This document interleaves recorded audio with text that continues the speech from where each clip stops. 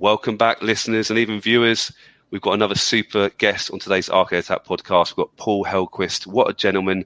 The lead designer on BioShock. He also worked on Borderlands 2, SWAT 4. And thank you, Paul, for being here today. Real honor. Oh, thank you for having me. I'm excited to talk about everything. You're a gentleman. And again, thank you for listening to our podcast on BioShock. I mean, as you know already, we are big fans, and your feedback was really appreciated. So I can't wait to get chatting about BioShock. But obviously, before BioShock, I'd love to know, how did you actually get the opportunity to first enter the industry? I mean, what was your first sort of gateway into the gaming world?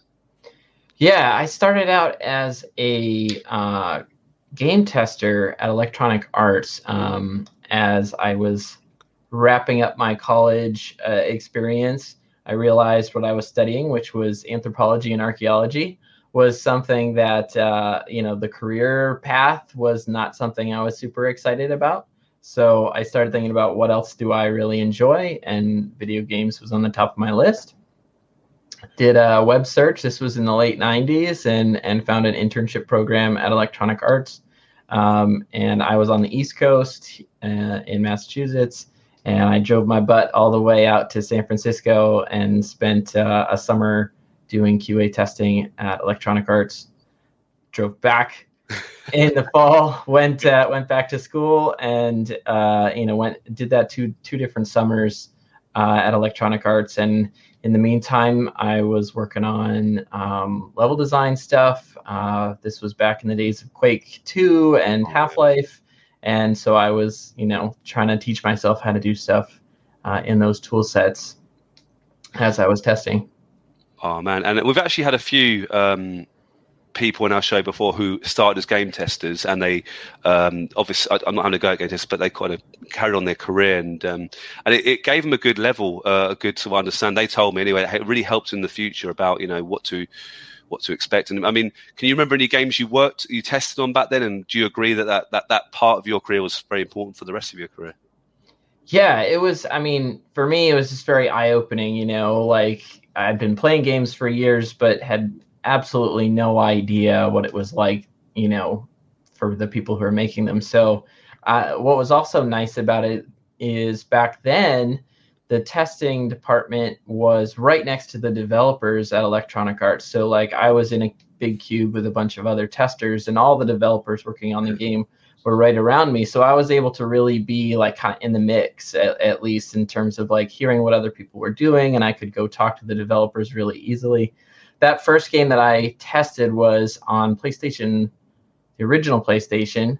It was called Future Cop LAPD. And I've heard of it. It's a good game, apparently. I haven't played it, truthfully. Yeah, I'm not surprised. It's one of those games that, like, by today's standards, I look back and I really cringe, because the storyline of the game, it was, set in the future. And you are a police officer who, like, patrolled the streets in a giant, like, mech, like a giant, giant 29 kind of thing. And you, like, murdered hundreds of people. Wow. And, so by today's standards, with everything going on with policing, especially in America, I'm sort of like, oh gosh, what a horrible game concept. But it was exciting to test. There was like single player and multiplayer, and so I got to explore a lot of different parts of how games were built, and see all kinds of things that the regular gamers don't get to see, all the things that are horribly broken for so long. And it was great. I learned a lot. Got to pick the brains of some of the level designers and stuff like that. Which was very valuable as I, expanded my career. And you said that you created maps and levels outside of your work at home, I assume, like making Half-Life maps and Quake maps and so forth. Is that right? Yeah. I did some Quake 2 multiplayer maps, and this was one of the pieces of advice I got from a level designer who worked on Future Cop, because I was like, wow, this is exciting. I really want to do this in the future. And I asked him, what should I be doing in order to get your job someday? And he said, make single player experiences, because back then multiplayer was like the hot new thing, where it was like, wow, 16 players in a game, this is amazing, and so it was the hot new thing, and so that's what a lot of people were doing. But most of the actual shipped products like were primarily single player experiences, like Half-Life and games of that nature. So I sort of set aside multiplayer design and started trying to really think about those single player experiences and interacting with the player in a very different way than just making a cool space for people to fight each other. So that was a huge piece of advice that I got that served me very well. So I made this about 45-minute Half-Life experience, which helped me get my job at Irrational. Wow, we'll talk about Irrational in a second, but really quickly, I mean, Half-Life is one of my favorite games. I love Half-Life 2 as well. I'm sure you agree, but were you always, was FPS your kind of go-to? Was that your sort of games at the time, or were you sort of pointing in that direction? Or my two primary genres back then were FPS and RTS. So in college, me and my friends had some friends who had a house while I was in the dormitories, and so I would like load up my gear and bring it over to their house, and we would do LAN parties, and we played a ton of FPS stuff, Quake, Half-Life, all the multiplayer mods, like all those crazy mods back then. But we also played a ton of Warcraft 2, Age of Empires, and Total Annihilation was another one that we got into for a while. So like those were the primary things that I was playing a lot of back then. Paul, mate, you sound like very similar to me. They are my go-to games, especially when I was getting to the PC gaming. Honestly, Warcraft 2, Command and Conquer sort of games, and man, so excellent. Let's talk about Irrational Games, because that's a big opportunity. Electronic Arts is huge. Let's not get me wrong, but you got a really interesting job at Irrational Games. They were just kind of finding their feet. I mean, correct me if I'm wrong. And you how did you get the chance to work there? And did you meet Ken Levine quite early doors? And how did that sort of opportunity come about? Yeah, for sure. So that all started while I was at Electronic Arts. I got my first. So while I was there, System Shock 2 was released, which was Irrational's first title. Yeah. And since I was at Electronic Arts at the time, I could buy it for $10, which was like the employee discount, from the company store kind of thing. So I grabbed it for $10 while it was currently going for 50 or whatever at the time. And I got it just because of the reviews and whatnot, and loved it. Just was totally my jam, because it combined some of that RPG stuff and character growth, but still had the FPS sort of roots. That was something I was very into. So I loved it. And then I was working on that Half-Life stuff at the time, and I was graduating that fall. I had one more year of school. No, this was after I graduated, actually. So it was sort of like, what am I going to do with my life? How am I going to get a job in the industry? All that kind of stuff. And so I just started like searching, like, who's hiring junior people? And Irrational Games was one of them. And I realized the connection to System Shock, and sent them my Half-Life stuff. And it was in retrospect, it was one of those like really lucky timing things, because they had just finished System Shock, and I found out later that System Shock 2 was built with like a few people from Irrational, but also still a lot of people from Looking Glass. There was like this co-development partnership with Looking Glass Studios, and so the Looking Glass people went off to do other things, and a bunch of the people that were at Irrational like left. They finished the game and left the company and moved on to other opportunities. So the company was still very small and broke. Like they had almost no money. So they had to hire, they had to take flyers on kids like myself who had no experience. Wow. And the primary value, I'm sure for them, they were looking for people who showed promise, but were also dirt cheap. And so I got my first job, I got a call, I sent my stuff over to them. And I think this was back when I sent to put the 3.25 inch floppies into an envelope and like mailed my Half-Life stuff to them. So cool.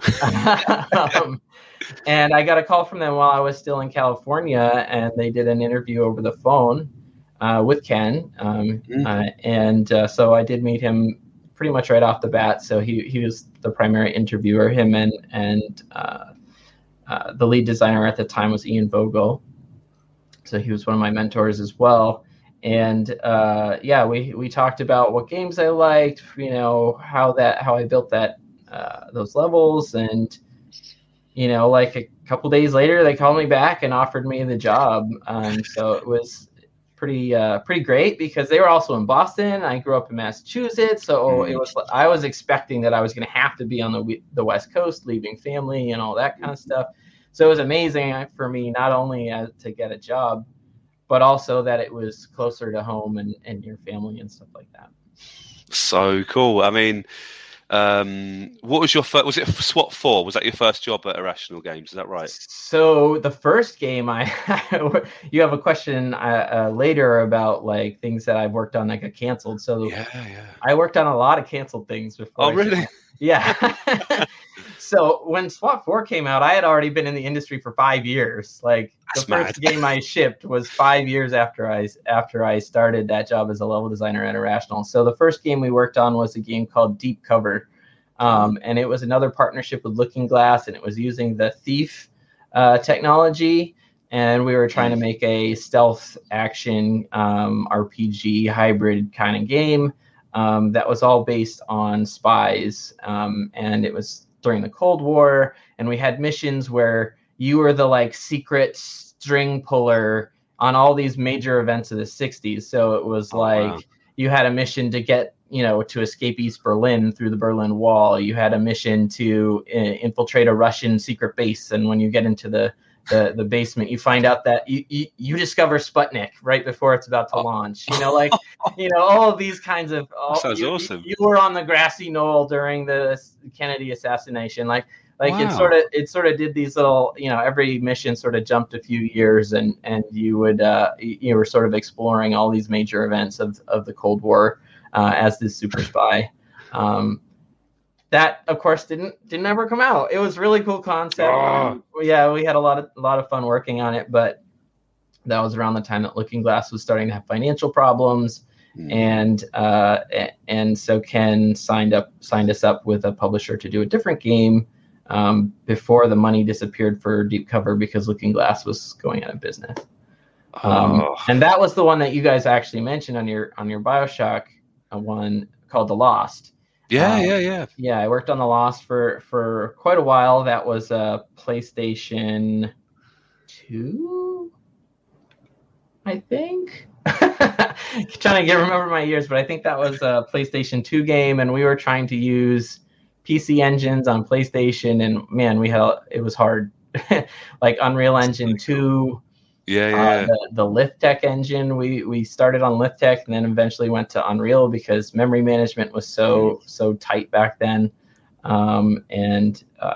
We eventually finished it, but as you said, it never was released because our publisher got into financial trouble, stopped paying us.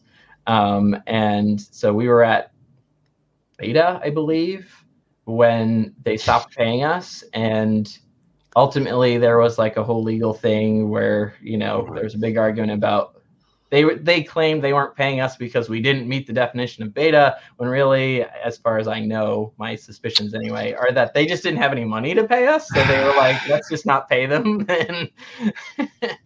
And so that, part of the settlement of that was that we ended up, the game just kind of got scuttled, in order to just move on and keep everything going as far as the company was concerned. So I worked on all of those things, and then we finally got to SWAT. Did you think you had a bit of a curse at some points? Like nothing's coming out. Yes, for sure. It definitely felt that way. SWAT was a great game for us, though, because of having 2 games canceled. Morale was not great. We needed something a little bit smaller that we could easily wrap our head around and really just kind of re-find ourselves as a company, and so SWAT was a perfect game for us at that time. It was. So you worked on SWAT 4, wasn't it? And the previous games, and obviously well respected. I think it originated from Police Quest. Is that right? I might be wrong. Yeah. The first two games were Police Quest, and then there was Police Quest : SWAT, and then I don't remember what's SWAT and SWAT 2, I believe, were that sort of like adventure game kind of thing. Yeah. And then SWAT 3 was the first FPS, and so we were trying to evolve what SWAT 3 sort of started. So cool. And obviously, you already bought, you had some previous experience in those games you mentioned, but what was your goals for that game? What was your exact role in the game? What were you thinking when you were working on SWAT 4, Paul? Yeah, so by that time, because of some of those morale issues, the entire level design team had left, and I was like the only designer left. So guess what? I was lead now. Woohoo! Wow. So I was the lead designer for SWAT 4 by then. I haven't even shipped a game yet. That's so. Now I'm the lead. But again, it was a perfect game for me to kind of learn how to be a lead as well, because it was very small. The design team was just me and 2 other guys, so I didn't have a whole lot of management I had to worry about. I could still be in there and working on things on a day-to-day basis, which was great. So our goals were very simple. This is supposed to be a realistic simulation of what it's like to be a SWAT officer. That was kind of the core goal of the game. Creatively, like, Sierra really wanted this like high level storyline with like, all the missions kind of lead to some giant climax against who knows what. And we amazingly convinced them, like, if you're trying to make a realistic SWAT game, realistic police simulation game, that's not what the cops, there's no giant there's no giant conspiracy that like multiple things lead up to the like final, that's a lot of like crazy undercover work, and like, there's like a ton of things, and then SWAT comes at them and at the last second and makes sure that like they actually get the guys. So we convinced them, instead of doing some high level story, that each mission would tell its own little story about whatever that particular crime was.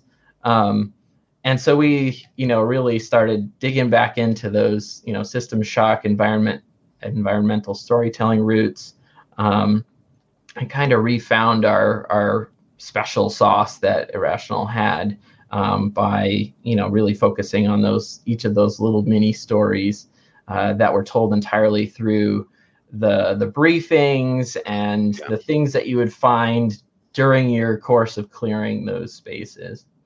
Which obviously, I've played System Shock 1 and 2. They're both very good, and I haven't played SWAT 4. I'll be honest with you, Paul. Apologies already, but what you're mentioning, obviously, a lot of that went into BioShock, didn't it? And I know you could argue some of it already came before, but can you think of any other elements or big elements in SWAT 4 that you came up with, or you sort of evolved that later would come into BioShock? We're kind of sort of moving this next step. So not really. Like it was really that sort of telling the story through the world was probably the primary thing that were done in both games, because obviously the style of BioShock is very, very different than like official police procedure and all and like convenience store robbery and a bank heist, and like the missions were all very kind of, a lot of them were very much expected sort of police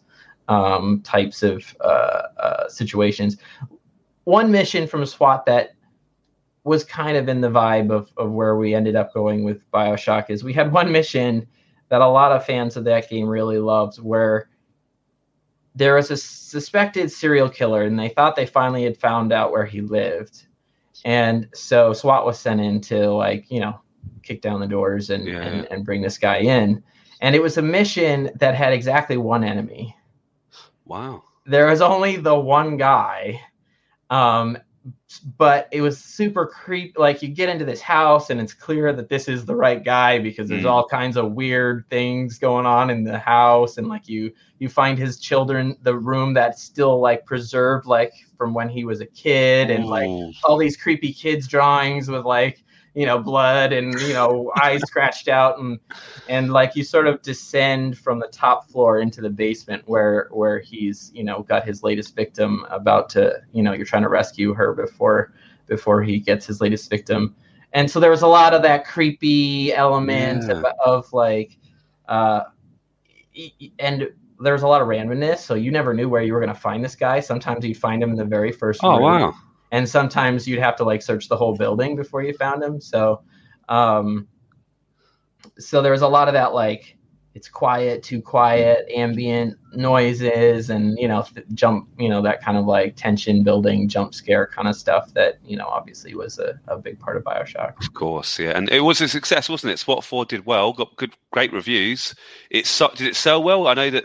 I don't remember. I mean, back then I wasn't really privy to too much of that stuff. I mean, it was PC only. Consoles were just starting to really explode at that time. So like its market share, you know, was not huge. Sierra was also on its last legs in terms of as a publisher. So they didn't exactly like, it should have been, in my opinion, what Rainbow Six became. Like, they were contemporary. The original Rainbow Six and SWAT 4 were contemporary, and SWAT was ahead of them in terms of like, this was their second or third game doing that kind of stuff.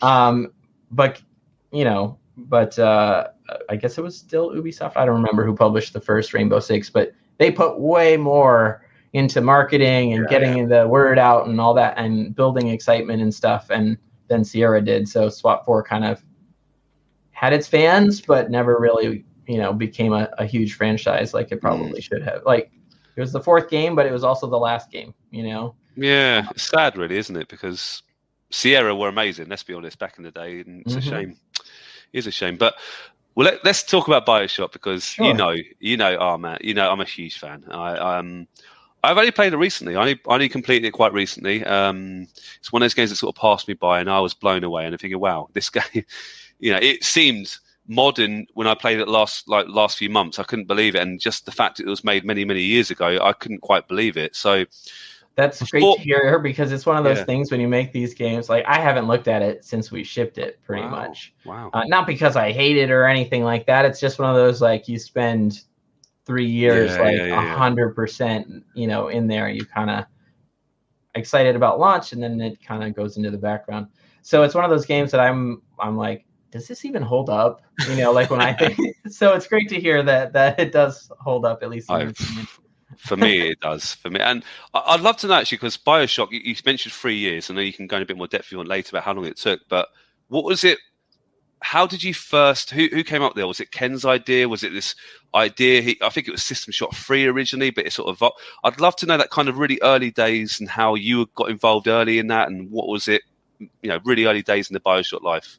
Yes, yeah, I love telling some of this stuff, because, you know, there's a lot of stuff out there, and some of it's accurate and some of it's not, and so it's fun to kind of tell people at least what I remember. That's what I'll preface.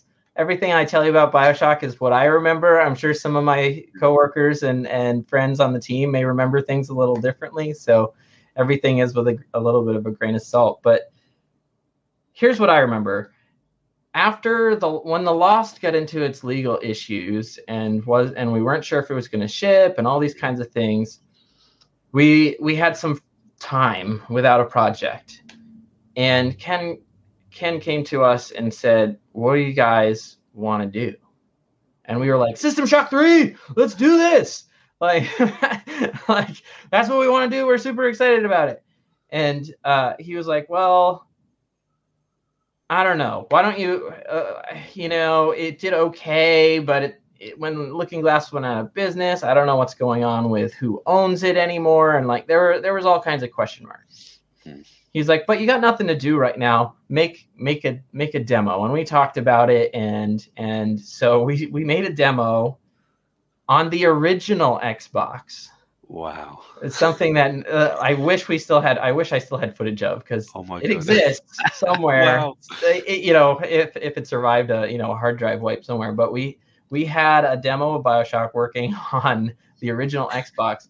Now, it was completely different, because the idea back then was that it was always in an underwater place. When we were like, when we can't do System Shock, we didn't want to do space, because we didn't want it to be, oh, it's clearly supposed to be System Shock and that kind of thing. But we did want another space that was impossible to leave. That was always an important part of the design, was like, once our character is there, he can't just walk out the door. You need to feel trapped. So it was always underwater, but it was originally a like lost Nazi So cool secret base during the war that they built underwater to like do, Dr. Mengele horrible experiments that created mutants that were crosses of like undersea creatures and humans. So the only enemy in this demo was what we called Eel Man, who was like, his top half was kind of humanoid with arms and stuff like that, but his bottom was like an electric eel, and all of his attacks were electric based. And wow. he would shoot a lightning at you and things like that. That was the first demo. And then of course, Ken came back and was like, "Hey, I've been working on business. We're gonna make SWAT 4. It's going to be cool. It's going to be exciting." And so we put that aside, and that sort of disappeared for, while we worked on SWAT. And then after SWAT, what do you guys want to do? Well, we wanted to work on that BioShock thing that we had started, before. And Ken was like, well, we still can't get the rights to System Shock. And so he just did this weird, really amazing guerrilla marketing effort to try to get a publisher interested in this idea. So he reached out to friends at GameSpot, and they did this retrospective on System Shock 2, and they mentioned that we were working on a spiritual successor to System Shock 2, and we had like one beautiful corner room that was like this, kind of decrepit, laboratory kind of space with sparking light, sparks and blinking lights and like great mood and everything. No monsters, no nothing. That was all we had. And they showed that footage, and that got publishers interested in like, hey, what are you guys doing? And that eventually led us to get the deal with 2K Games to make BioShock. So that's my memory of those like very early days of where BioShock came from. We need to see that demo somehow, Paul. Can you imagine? I know. You would become a millionaire on YouTube. Can you imagine? It would be hilarious too, because it's totally different look and feel, and we were gonna have like Shark Man and Eel Man and Urchin Guy, and like all of these sort of like, it was just a totally different feel than where we ended up with splicers and Big Daddies and all that stuff. So, I remember talking about BioShock on the pod, and I was like, they was originally going to be Nazis. I wasn't quite sure, and it was like, is this actually accurate? And wow, originally, I suppose you said, yeah, it was back in the really early days. Yeah. We never really built that, but that was the initial concept of it was always going to be an underwater thing, because that was our space where, well, if you're stuck in this place, you can't just open the door and leave. That's a kind of an important part of that survival horror vibe is like, why can't, if you're playing this, you're like, why don't I just leave? You need to answer that question, so players just put it out of their head and get involved in the situations you put them in. I'd love to know, because obviously you're the lead designer of BioShock. What a title to have. And what was your exact role? I don't be patronizing, but can you give a bit more detail about exactly what you did when you knew the project was going ahead? What was your influence, your decisions? How closely did you work with the team? I'd just love to know a bit more about your kind of input into that masterpiece. Yeah, sure. So the initial, and you guys got this pretty right with on your previous cast. I remember in the early days, Ken coming to us and being like, I've got this idea for this AI system that I want us to explore. And he talked about watching nature shows and how there were, the predators and the prey. And he was like, but I want to add this third idea in there, so that there's these protectors that guard the prey and the predators. And those were the initial words. Like, it was protector, gatherer, and prey. Or protector, gatherer, and predator. Yeah, predator, protector, prey were the sort of original ideas that eventually evolved into Big Daddy's Little Sisters and the Splicers. So that was his, like, this is the cool thing that we're gonna do that's really different and special and sets us apart. And then he just kind of like let us run with it.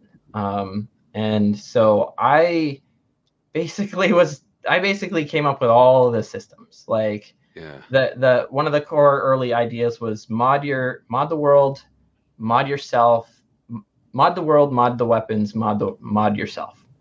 That was also the kind of pillars of like what the design wanted to be about.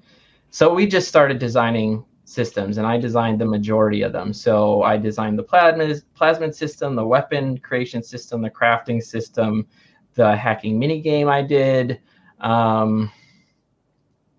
Basically all the core systems. Like, I did the initial designs, and then of course worked with all the team, all the other designers and team to like continue to massage and whatnot. But so yeah, I did all that stuff. I was in charge of, I would review every level with the level designers and, talk about moment to moment experiences and, what happens here and what scripted event here happens here. And don't forget that this is a story beat that we need to, we need the pacing to change here, and, all that kind of stuff I was involved in as well. I also did actually implemented the moment to moment of the medical pavilion. So yeah, all of those like early introductions of the different weapons and plasmids and stuff in that mission. Monster placement, all the little, scripted events, some of the jump scares that I know people remember. Like, I know a lot of people remember the shotgun introduction where all the lights go off and, and the guys are just sort of coming out of the darkness, and they always get close so that the shotgun is really shown off because they're all melee guys, so that you're like, where are they? Bang, bang, bang.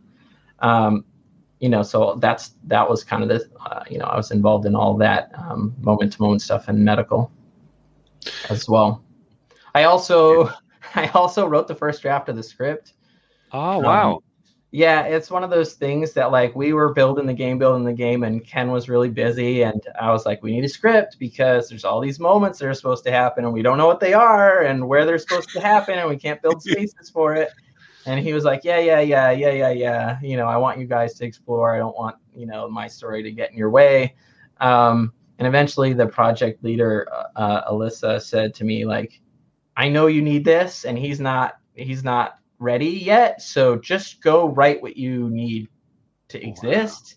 And so I wrote the whole script poorly. I'm not a great writer, but all the like, hey, we need this stuff to happen, like this is how this quest works, and like all of those barks and like all that kind of stuff, I sort of like eventually gave him an outline, and then he came in and made it awesome as far as like the way it all was presented, and he's a good writer, so it was nice afterward. He's like, wow, this was great, because I didn't have to like think about all those stupid annoying game details. You had already fleshed all that stuff out. I just had to like punch up the turns of phrase and things like that. But I'm pretty proud of this. I did write in the script that any time that Ryan or Fontaine, I should say, was controlling you, that he would have a catchphrase that he said. Yeah. I didn't know what the right catchphrase was, so what I put in the script for the time being was Stan Lee's Excelsior. So like I was like, this is terrible, but I put a note to Ken. I'm like, I think he should have something he says every single time. I'm just going to put this in there. It's terrible. Have fun. Go come up with the right thing. And he, of course, came up with the "Would you kindly." Unbelievable. That's such a great, Paul. What a great story. Wow, you really did helped make proper part of this amazing game. And it sounds like you had a good. Would you say it's fair? You had a good relationship with Ken. You got on well with him, and you seem to you complement each other. We did. I'll be completely honest. We did for a while, and then as the tension of shipping this thing got bigger and bigger, there was a time in those early days where Ken was really busy just trying to keep the company running and keep the company like surviving. I've never heard anything, but I suspect now that I'm a small business owner that he had some months where he was worried about payroll, and so he was worried about the business and was like, I hope my team's doing awesome stuff. And then during the process of building BioShock, he sold the studio to Take-Two and 2K. Well, with that weight off his shoulders, he was now able to like, all right, let me get back in here and really, buckle down and be a big part of the team. And so there was definitely some tension because I had basically been running the moment to moment and what was important in the game until that time. And so we definitely butted heads. And it was one of those. I was very young. Looking back on it, I'm like, man, what a jerk I was to him. Like, honestly, I've now been in his chair. Like by the time I did Borderlands 2, I was sitting in that chair, and I know what that was like and what the pressures and you have this vision, and it's really annoying when somebody keeps complaining to you that your vision's not the right vision or it doesn't match with what has been done already. And so we had a rough time at the end, and it's one of those things that I kind of regret, but we still have a good relationship. I've seen him a couple of times since. There's no hard feelings or anything, but it's one of those, looking back on it, I was young and didn't really understand what he was dealing with, and I was a bit of immature. Well, Paul, I appreciate you being honest. I mean, I really appreciate being honest about that, and BioShock turned out to be a masterpiece. So you got something right. Let's be honest, it was incredible. Talk about Rapture for a minute, because Rapture is a setting that I'm used to playing Doom and the Duke Nukens, and nothing wrong with the setting there, but Rapture just seemed to be something completely different. How did you want? Because I think you actually very kindly agreed with what we said about how you wanted BioShock to make the players feel. We used the word of immersive, I believe, and you thought that was pretty spot on. But are you happy to go into your own sort of depth about that? Yeah. So while we were working on BioShock, we kind of had these ideas of what we wanted it to feel like, and I had an opportunity to go to GDC. And was involved in this went to this really interesting talk about the 8 kinds of fun and how to like define the vision for your game. And it talked about thinking about how the players should feel was one of the big takeaways that I had from that talk. Is like defining how you want them to feel helps you understand what kinds of mechanics need to be in there and how that leads to different dynamics, and those dynamics are what bring these emotions out into players. So I came back from GDC, and as the lead, I was like, hey, I think we already have these, but we've never written them down. We never said this is what we want the player to feel. So let's do this exercise. And so we came up with 5 things that we wanted players to feel while they were playing BioShock. And we had this little mnemonic. Once we came up with them, and we had this mnemonic that was, I see ham. Okay. So the I was immersed. So you guys were spot on. C was curious. H was hungry. And I'll talk about that one more in a second. A was afraid. And M was meaningful choices. So immersed, you guys covered that one really well. We wanted you to get lost in this world that we were creating. We wanted you to like put the controller down and come up for air and be like, oh yeah, I am still in my living room. Like that was kind of one of our missions for that one. Curious was about storytelling and exploration of this place and like what happened here. How did it all come? Why am I here? You think for the whole game that you're just unlucky, unlucky survivor, and but then there's these little clues as the game progresses, and how did this society work? Like all of these kinds of questions we wanted players to be thinking about throughout the game. Hungry was not about like, oh man, my stomach, I need some food. It was about the lack of resources. We called it the ragged edge. We wanted you to be constantly on this ragged edge of like, I don't have enough bullets for my pistol. Do I have it? What else do I have? I've got 3 shots for my shotgun. 3? Oh God. Well, that's what I'm going to have to go with. Do I have enough Eve? Oh, well, I've got plenty of Eve. Okay, let's switch to plasmids. Use plasmids for a while. Oh crap, now I've run out of Eve. Do I have enough health? Oh no, I don't have enough health. Like we wanted there to always be a problem from as far as your resources were concerned, and have you feel like you never had quite enough. What was one of our missions for Hungry. And then what was next? Afraid is pretty obvious. We wanted it to have this creepy, creepy vibe, survival horror kind of influences.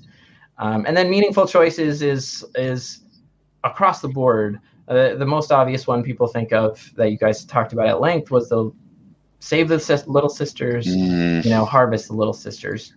That was a moral choice, but it had to mean something, and so we needed it to matter in the course of the actual mechanics as well. And then on top of that, it's like, I've only got so many slots for plasmids, but I've got way more plasmids than I can fit in the slots. Which ones do I use? And which ones I pick changes the way it plays, how it feels. My resource management, this one's super expensive. The ones that controlled the AI were very expensive, so you go through your Eve much faster. So maybe I don't want to use those right now because I don't have much Eve. We wanted all of those things to matter. As well as the moral little sister choices. I mean, you just meant ticking those things off, and I'm like, yep, felt you achieved it. You mentioned survival horror there, and you heard on our podcast we love Resident Evil games. I'm a big fan of Resident Evil 4 especially. But is it true that game or what influences helped you with BioShock and the team? Was it Resident Evil? Were we right on that, for example? Yeah, that was definitely one of them. I know you mentioned my good friend Bill Gardner. He and I are still buddies. And yeah, Resident Evil 4 was contemporary while we were building the game. All of us were playing it. Really impressed with what they were doing, and definitely we're trying to find some of like what were they doing here that brought out some of the feelings that they were looking for, and how can we translate those kinds of things. So that one was definitely one that we took a lot from, but of course we took a lot from our what I would call source material, which was System Shock. I talked about all those systems that I built. For the most part, all I did was like, what was in System Shock? How would I modernize that? How would I streamline it? How would I make it more accessible? How would that work in our not computers and AI and that kind of stuff? How would those things translate to this more analog world of Rapture? And we had this bioscience obviously angle as well. That was about gene manipulation and all those kinds of things. So how can we do some of the same systems that were in there, but through the lens of Rapture? Research was one of the ones that was in System Shock that eventually became the photography mechanic. Wow. Like how would you research in a much more analog way? It's not going to be like computers analyzing data. So we had this, we had our magical camera that could somehow teach you that this placer does whatever. But that was influenced from Pokemon Snap. I loved Pokemon Snap back in the day, and was like photography is really cool.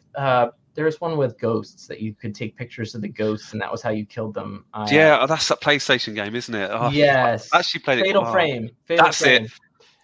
So like that was some influence for that system came from those two games. About Snap had all this like, if it's centered, you score better, and if you get multiple Pokemon in frame. So a lot of that stuff became like how the research got graded. Was stuff influenced from Pokemon Snap. Wow. But just hearing BioShock and Pokemon in the same sentence is quite interesting. But you wouldn't think it, would you? But it does make sense when you say it. That is so cool. Any movie influences at all, or is it just literally, is there any other things? Well, obviously, Ayn Rand was a huge influence for the sort of vibe of what Rapture was all about. And I don't know if anyone's ever mentioned this, but Andrew Ryan is essentially a male version, a male name like manipulation of Ayn Rand, Andrew Ryan. There's a lot of the same sort of sounds and stuff. So that was, I'm pretty sure, very much on purpose from Ken's standpoint when he named Ryan. So yeah, I know he was very much influenced by the Fountainhead and Atlas Shrugged. Atlas Shrugged, like Atlas, so cool, right? Was what he called himself, what Fontaine called himself. So that's another wink to the Ayn Rand influences. One story I do want to tell. This is maybe calling out my buddy Bill, but I specifically remember while we were working on BioShock, and we're getting into that preview season. We had a Game Informer cover. That was a big deal. And months continued to pass. And all of the press kept talking about Ayn Rand and objectivism. And I remember him just throwing his pencil down onto his desk. And it's like, if I have to hear one more thing about goddamn objectivism instead of all these fucking cool gameplay things we have in this thing, I'm going to lose my mind. Because all the press wanted to talk about was the world and the story and the objectivism. And he's like, all these amazing abilities and all this cool AI happening. How come no one is talking about that? Wow. Yeah. That's crazy.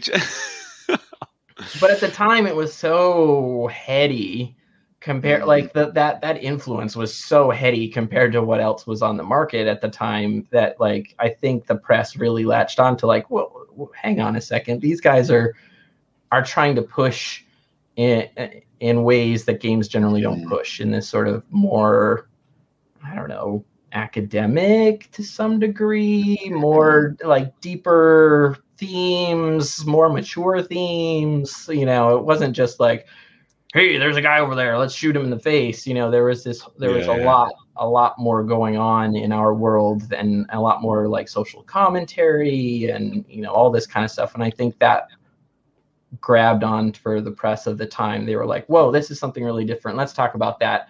All kinds of games have cool guns and cool monsters and whatever, but this is what's really special. At least that's what I think was going on there. Nice. But I remember him getting so frustrated. Everyone was talking about objectivism instead of awesome plasmids and cool, big daddies and little sisters and all that stuff. That's great. Let's talk about the plasmids for a minute and the enemies and the weapons. And it's a good selection, I have to say, a really, really good selection of it's just, again, really interesting things. But was there any ideas for weapons or plasmids or enemies that just didn't quite make it into the game initially? Do you have any ideas that just the enemies I don't remember. I'm not gonna say I remember a detail, but I know we had a lot more ideas than what we actually did. One of the reasons there's so few enemies on screen back then is the AI was super expensive on the Xbox 360. 360? Yeah, that's the right one. The machine just wasn't super powerful for, so we couldn't do quantity. So we had to we spent more effort on the nuance of how they worked. And so we had 10 or 15 different enemy splicers, and we only ended up with 5. Just because of all the kinds of, that's too many, there won't be enough square footage in the course of the game to really highlight them all. Let's just focus on a few and go a little deeper into what kinds of things they can do. Weapons, I don't remember anything. I'm sure there's always something on the cutting room floor. I don't remember. But one that I did want to share that I don't know if anyone's ever told about, but remember I said mod the world, mod the weapons, mod yourself. So whatever happened to mod the world? Like Oh yeah. that didn't really ever happen. Maybe the you cameras know? a bit, the security cameras. Yeah, Yeah. that's more like that's like, yeah, we can maybe take credit and say, yeah, we did it. But the original idea for Mod the World is that there were these environmental states that the levels could be in, and that there were two different vectors. There was temperature and humidity. So you could have like freezing temperatures, very hot temperatures, or sort of normal, and high pressure, low pressure, and normal. And the way that all the enemies and weapons and like everything was going to change how it functioned depending on what the state of the world was. So if it was super high temperature, perhaps this splicer gets much more strong because he loves the hot weather, whereas the cold weather splicer would become lethargic or slow or whatever. So there was this idea that like you would be switching the environmental controls regularly. There'd be these like stations on the wall that you're like, oh crap, I'm fighting these guys. I got to make it cold because that'll slow them down, or I got to, turn up the heat because that makes them, evaporate or whatever. I don't remember what all those details were, but so that was in the design for quite a while. Wow. And we did some tests on it and stuff, and we ended up cutting it because the game was just too big. We had too many things to do. But the main reason we cut it was it's really hard to communicate to people what the temperature is. Like it's through a screen, like it's just, it's, you feel it, right? You don't see temperature, you feel temperature. So we had to like, the world was changing lighting so that like when it was cold, we like got cooler lighting. And when it was hot, we got hotter light, but it was too subtle and Sure. people couldn't feel it. Humidity was mostly like, is it foggy or not? Like was the best we could do. Was how much sort of fog we could put into the spaces. So we ended up cutting that. But it was one of those ideas that like, we're like, man, I think we always felt that there was something there that we were never able to quite, show off enough to make it stay in the game. So it was one of the ones that got cut. Very, that's so, and appreciate you telling us. I love hearing this kind of stuff that I don't know, it's never been maybe spoken before really, but I'd love to know about this famous message because obviously you got your names in the credits, but there's a famous message called Paul Hellquist not doing his job. Are you happy to explain what that's about? And this stupid thing about once a year, I'll just be going about my day and my Twitter feed will explode with mentions, and it's always this like coming back about once a year. Somebody finds it and is like, oh my gosh, check this out. And if I remember correctly, it has something to do with the Vita chambers. There was some, we did some sort of change to how they worked or a fix for a bug that required the designers to like go to every Vita chamber and check a box of some kind. And the error message when the box wasn't checked, my lead programmer decided it'd be funny to like, QA will see this and they'll put the message in the bug and it'll be like, I'm teasing Paul every time he gets a bug about this. Well, obviously one of them slipped through we forgot to check the box. So every now and then somebody will see this message and it was basically it was a message to QA to bug that particular, location or Vita chamber. I can't remember the exact details of what the issue was, but I have a feeling it had something to do with the Vita chambers. And if you respawned in this particular Vita chamber and didn't have, and the game was in this particular state, because we had a few fail safes in the Vita chamber system that was like, if they didn't have the resources to pay for it, there were these like other things that we did. So I think there's some like, why it doesn't come up very often is it's a particular Vita chamber and the players have to be in a particular state when they're respawned in order for this particular error message to proc. And you didn't know it was in there after it was shipped, is that right? Or did you know? Or no, I didn't know. I mean, it's one of those like, did everyone do their passes on checking all the boxes? Yeah, everyone, all those bugs got, all the tasks got resolved and like, QA never found it, so we didn't see the Wow. bug, and off it goes, right? Yeah, I assumed it was an Easter egg or something, like a little joke in the game, but obviously, No, it was totally to like highlight that there was something that we hadn't done, so that if QA saw this, they knew to bug it. it is funny. Do you look back and cringe a bit, or do you just find it funny now? It's fine, like whatever. Yeah. It's maybe a little annoying that it was so specific and not like a designer didn't do his job, specifically me, but whatever. Is there there was a whole article on Kotaku about this, so I'm like, I guess good press. Any press is good press, right? That is funny. There's a good Easter egg, isn't there? There's a Pac-Man hidden in the game. Is there any other Easter eggs or things like secrets that maybe aren't very well known, or are you happy to reveal anything else, or is it? I don't remember. It's been so long. But yeah, there's all kinds of fun little game designers love putting that kind of stuff in there. I do remember the Pac-Man when you mentioned it with the cheese wheel with but I'm sure there's more, but I don't remember anything specifically. You kind of sort of mentioned it earlier. I mean, we're going to move on soon to from BioShock, but did you realize very early days that this was something pretty special, and that this game is going to change, arguably change the genre a little bit, bring things up a little notch or two? Not at all. Wow. I mean, we knew what we were trying to accomplish, but games like this that are so systemic and are so reliant on all the pieces need to be there before you can see how they all fit together. And so there were months and months and months where it was like, wow, this feels like crap. Why does this feel like crap? Well, this feels like crap. This is the crafting system feels like crap because the weapon modification system doesn't exist yet.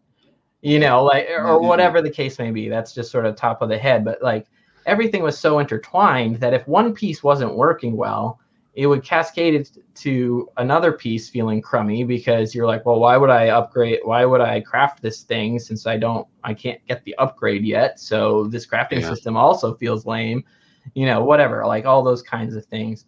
The AI took a long time. The Big Daddies and Little Sisters took a long time to feel like anything. So like, I generally say that the game didn't, like, we didn't know what the hell we had built until about 3 months before the original ship date. Wow. So like we had 3 months left and we're like, oh my gosh, I think there might be something here and it could be cool. Unfortunately, we only have 3 months left and that's not nearly enough time. Thankfully, as we were getting close to that original ship date, 2K also realized, hey, this could be freaking amazing. Let's give them some more time to make sure that it can reach its potential. So the good news, I remember this meeting where we were told this, and we had been crunching, for a while already because of this original date. And it was like, good news, bad news, everybody. Good news is we have a great game. It's going to be amazing. And, 2K is going to give us the time it requires to really, hit it out of the ballpark, so to speak. Bad news is, you thought you were done with crunch. We got 3 more months. Let's do this. Wow. So we were like crescendoing to like, okay, we can rest after this date, and then no, the mountain kind of just got bigger for a while. But we were excited that like a lot of the bugs and things like that were really problematic at that time we were going to be able to address.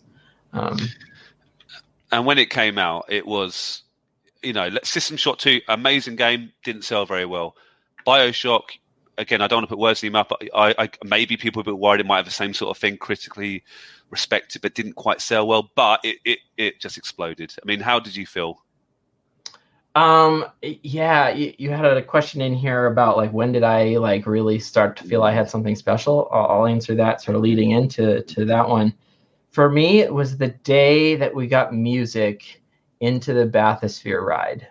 So that initial, like you get into the bathysphere and you ride and go down and the reveal of the city and you're going through and the whale and everything, like all that stuff. Like I had seen that sequence 1,000 times from when it was all just like gray box and clunky and horrible. And then slowly art's coming in and we're tweaking and like, oh, we got the plane smashing through. Oh, that's cool. Like all those bits. But the day the music came in, it suddenly hit you somewhere a little bit deeper than I was expecting. And I got those goosebumps of like, whoa, this is amazing. Like, it went from a thing like, oh, I got to sit here and watch all this until I can test what I'm testing. And then to like, whoa, I felt something just there. This is really amazing. So that was like the first moment I remember being like, this might be amazing. We might have something really awesome. Now, to answer your actual question to like reaction when we shipped, I was like, as a designer, especially as a lead designer, I only see the flaws. Right. So when a game ships, I'm like, man, we didn't fix that thing. It's just awful. And like this scene didn't quite turn out. Like, I wanted so much more out of it than where we were able to get to. All I could see were those kinds of things. I'm like, I know it's good. I know it's good, but So I was like, it's probably like a 90 to 91. Like, hopefully we get into those 90s. Yeah. It's the low 90s kind of game. And then it was just, it comes out. Game of the year. 10 out of 10, 100%, 10 out of 10. We were just like, holy smokes, where did this come from? And, and a huge part of it was the big reveal that got everyone. And we sort of had this, this was, at that time, everyone remembered The Sixth Sense and like how when that movie came out, it had its twist. Like everyone was like, oh my God. We didn't think we had done that for games, but it turns out we had. And, so that sort of created this really high impact moment as well that just stuck with people. And it's one of those things when you know the whole story and you're building it, you're like, this is so obvious. Oh my God. What, like, I didn't guess it. I didn't guess it. Yeah. Everyone's going to know by like the second mission. This is dumb. What, and of course it fooled pretty much everybody. Yeah. So it was super exciting. We had no idea it was going to get that kind of a response. And yeah, it was just really magical and wonderful to read all those reviews. And we were finally done. So we were resting a little bit, like we were coming down off of the push as well. So yeah, it was a great time. Just a couple of really quick questions on BioShock before we move on. Really, would you ever, if you had the opportunity to step into Rapture, would you ever like to do that yourself? Yeah, this was an interesting question when I saw it on your list. I think for me, the answer is yes, but only if it was like Disney World. Like if it was like, the Star Wars world that they've created where it's like, I can go in here and feel like I'm fully immersed in this space, but I know it's Disney World and the splicers are actors and they're not really going to kill me. And but to like explore all the props in these cool spaces and feel like you're in this underwater utopia and stuff, like for sure, that would be amazing, but not as it was portrayed in the actual game. I blame you. It's an amazing setting. I'll join you as long as it's a safe space.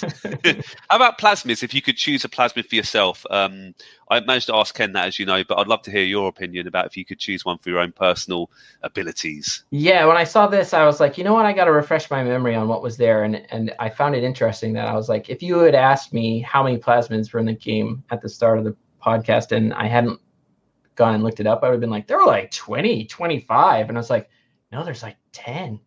There's like way fewer than I remember. Wow. So Ken picked the bees from listening to your thing, and I was like, wow, that's bold. That's a bold decision.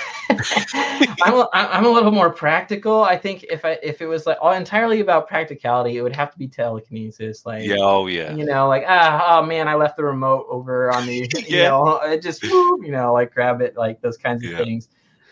We've all had, I grew up as a Star Wars fan. So like I was always pulling lightsabers when I was playing as a kid. I pulled the lightsaber from across the room. Like, so telekinesis would probably be the top, but it's also kind of like everybody probably picks that. So if I had to go to a second one, it would be the springboard trap. Well, it's not springboard trap was the development name for that plasmid. It was actually the cyclone trap, is what it shipped as, but we called it the springboard trap at the time. I loved that one when I was playing the game. It was just just silly, stupid shit happened every time I used it that made me laugh. And I can imagine in real life it would be fun for, pranks and stuff on your buddies to like put these little cyclones in front of them and watch them go flying up in the air. or your cat. Like, how much fun would it be to launch a cat, up in the air? Oh, yeah. Yeah. So that's probably what I'd pick if it was, for fun and not practical. Yeah, no, that's great answers. Again, I don't want to bring up anything too personal, but can I ask maybe why you didn't work on any future BioShock games? Was that kind of did you move quite soon after shipping BioShock, and are you a fan of the other two games in the series, for example? Yeah, so I didn't work on it. So after BioShock, I had mentioned that there was some tension between Ken and I, and I realized that that was what I had done with BioShock was the pinnacle of what I could do at Irrational. I could never lead my own game at Irrational. It was a one-game studio. Ken was obviously the guy, rightfully so. And so it was like, well, where does my career go from here? There's never going to be a better time, especially after the reviews came out, for me to go look and see what else is out there in the industry. So BioShock opened a lot of doors for me, got me lots of interviews all over the industry.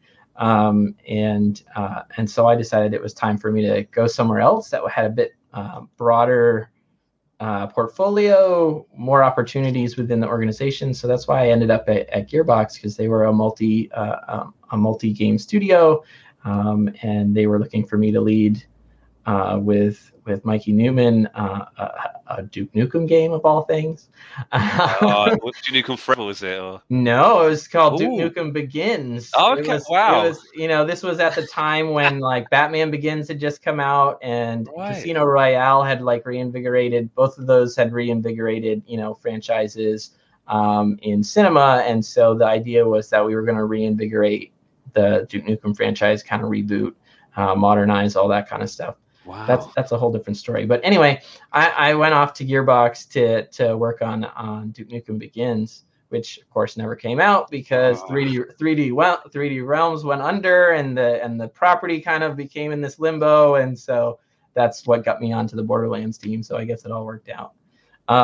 So yeah, one of the options I had when I did move was to go to 2K Marin, which was the new studio that was opening, that was going to be working on BioShock 2. And a lot of people that I love and respect from BioShock 1 were heading over to help sort of seed that team with experienced folks who knew BioShock well. Yeah. Guys like Jordan Thomas and Carlos Cuello. Alyssa Finley was the project manager. They sort of went off to Marin, and they wanted me to come with them, and I had an offer from Gearbox, and Gearbox was here in Dallas, which was really cheap at the time from a cost of living and real estate and stuff, whereas they were going to Marin County, which was super expensive back then, just like it's super expensive now. And so I gave them here's how much I would need to make in order to feel comfortable.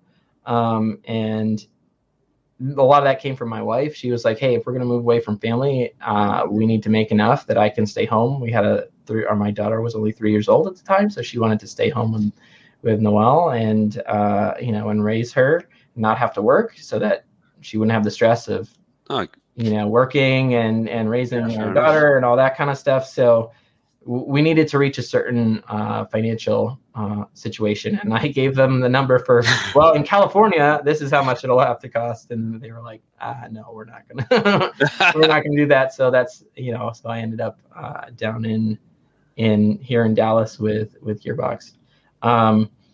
Feelings on the other BioShock games. It's always tough for me to play and feel sequels to games that I was really involved in. I just had this same situation with Borderlands 3. Of course, yeah. So because they do things that I wouldn't have done. They did what they wanted to do and where they thought the franchise would go, and that's exactly what they should do. But it's never what I wanted to do or what I thought we should do next. And so I always have these biased, points of view. BioShock 2 was quite good, though. I did enjoy it. Infinite, I did not like as much. And mostly it was, I felt like it got so heavily involved in the narrative that a lot of the like systemic gameplay that I really loved, and was of course my, like my contribution, became lessened and really wasn't there. Like BioShock Infinite is more of a Half-Life type experience where there's this, track that you're going down and amazing cool things happen to you along the way, but the gameplay is pretty straightforward. It didn't have that sort of pseudo open world, go wherever you want, like craft your own play style out of all these different systems. Like it didn't really do that. It wasn't trying to do that, and I missed it. On Infinite. Final question on BioShock. I mean, BioShock Isolation, you've heard about it. No one knows exactly what it's going to be like. Are you looking forward to it, Paul, or what you expect? I mean, I'm sure I'll check it out. I have a bunch of friends who are working on it. Oh wow, cool. Yeah, a lot. There's definitely some BioShock alum from all three of the games working on that title. I don't know anything about it other than I know it's in development, and I've had friends who be like, "Yeah, I'm back on BioShock. This is exciting."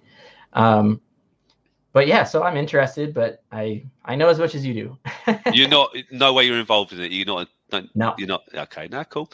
Let's talk about Borderlands 2. I mean, I'd love to talk about Duke Nukem, but I know you were a bit stretched for time. But Borderlands 2, again, the first game was very popular. It was a bit of a sort of surprising hit, you could argue. It done surprisingly well. Were you a fan of the first game, and how did you get an opportunity to work on Borderlands 2? Yeah, so as I mentioned before, the Duke Nukem thing fell apart when 3D Realms went under. Excuse me. So I got asked to, like, hey, the Borderlands teams need some help. They were very close to finishing, and so I got put in charge of the first hour. They're like, we've got this crazy game that's got tons of RPG stuff, but no one knows how to play. Once they figure out how to play, they love it, but they're just, at the time, they were just sort of like, go nuts, like, everything was everything was presented at the same time. Like there was no progression of like, first I learned this feature, then I learned that feature, then I learned this, how the skill tree works, then I learned how class mods work, then I learned how whatever. It was all just like boom. It was all available in the first moment of the game. So I was put in charge of like, hey, we gotta figure out how to like ease people into this game. And so that's what I did on Borderlands 1. Oh, I didn't know you worked in the first game, so I appreciate that. Brilliant. Yeah, I did. Again, last like 3 to 6 months max. So yeah, I was coming in really late. Had to kind of understand what was going on in the game and try to teach people how to do it, give it a little pizzazz as well, as much as we could, because that first hour needed to grab people. Yeah. And then I was heavily involved in the Zombie Island DLC and the General Knox DLC. That was kind of my, like, I started playing with the ideas of what I thought Borderlands 2 should feel like. So it was like, hey, we can do better with storytelling. We can do better with mission design. We can do, and so we started refining our Borderlands craft on those 2 DLCs. And then I was asked, like, hey, what do you want to do next? In the organization, I was like, I want to be the lead. I want to be the creative director on Borderlands 2. And they thankfully let me. And so that's how I got involved. And the goals were pretty simple. Like Borderlands 1 spent huge amounts of time finding its soul, is what I would call it. Which turned out to be this like trance-like combat and this like getting cool loot and replacing and rinse and repeat this sort of like, oh, what am I going to find next? Oh, that's cool. Let's keep going. So we knew what the heart and soul was. And at the very end, Mikey Newman, who was the writer on the first game, like injected all of this comedy and all of this like bizarre, these bizarre characters, and like that plus the shooting and looting sort of became the DNA of Borderlands. And so goal with 2 was keep what's great, improve upon what wasn't great, just go to that next level on every possible angle. Very different to BioShock, Phil, isn't it? Is that fair? The kind of Oh yeah, really in your face, zany kind of comedy stuff. It's I guess it must have been quite refreshing after quite a serious. Maybe BioShock is pretty serious. Absolutely. Yeah. In BioShock, I mean, I had like serious conversations with my wife about whether she was okay that a primary mechanic in this game was murdering children about the same age as our daughter. Ooh. You know, Yeah. like we had a serious like family conversation about that. And then Borderlands was like, you know, I remember when I was working on it, sending a note to somebody who was, you know, still at Irrational. I was like, it's been really refreshing to have ideas on the board. Like, what about, you know, a bearded lady with a machine gun for a hat or something like that was on our like whiteboard of ridiculous ideas. I'm like, so cool. This is real different than than our whiteboards for what BioShock should feel like. So it was definitely refreshing to be in a more lighthearted, a little more irreverent, fun, you know, anything goes kind of world. I mean, do you have a favorite character from the Borderlands series? Is there a character you just, you know, that you really just love? Yeah. I have lots of them for different reasons. Like, I love what we did with Brick in Borderlands 2. Like, he was never like my favorite in Borderlands 1, but I loved where he ended up, you know, just kind of this big, lovable teddy bear who can, you know, punch someone through a wall.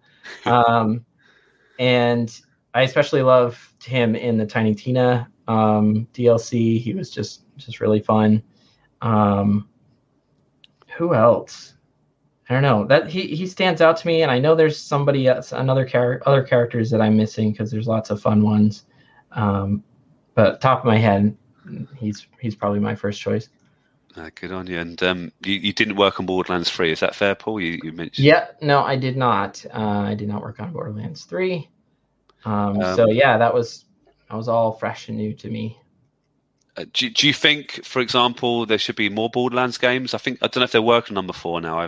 I'm sure there will be more Borderlands games. They would be crazy not to, considering how well they've all been doing. And there's been press out about, you know, the movie is coming soon. So that's mad, isn't it? Yeah, I'm pretty sure Borderlands isn't going anywhere anytime soon. It's crazy. I mean, the BioShock movie, I don't know if you know much about that, but that never happened. Maybe it won't. And sadly. But there's going to be a Borderlands movie. I mean, I guess for you, cool. If you were going to... Oh, I remembered my other character. Oh, yeah. Krieg, the psycho, the playable psycho. He was like my baby. Like, nice. After Borderlands 2, I was pretty burnt out. I was asked, hey, what do you want to do? And I was...